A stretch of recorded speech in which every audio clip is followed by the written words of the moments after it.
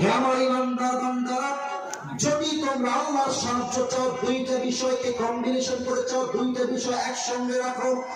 এক হচ্ছে ধৈর্য, আর এক হচ্ছে নামাজ। যেই বান্দা ধৈর্য এবং নামাজ দুইটাকে একসঙ্গে করে আল্লাহর সাহায্য চায়, আল্লাহ তাআলা বলছেন ইন্নাল্লাহা মা'as Saverin, indeed Allah subhanahu wa ta'ala is with the people, those who are patient.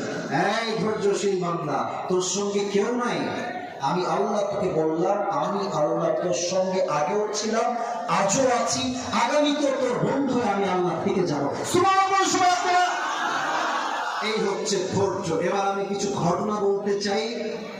ঘটনা বললে সবরের কথাটা খুব ভালো করে বুঝবেন আপনারা, এটা আমি আশা রাখছি। আমি প্রশ্ন করতে চাই, অনেকে ভুলভাল উত্তর দিবেন, তাই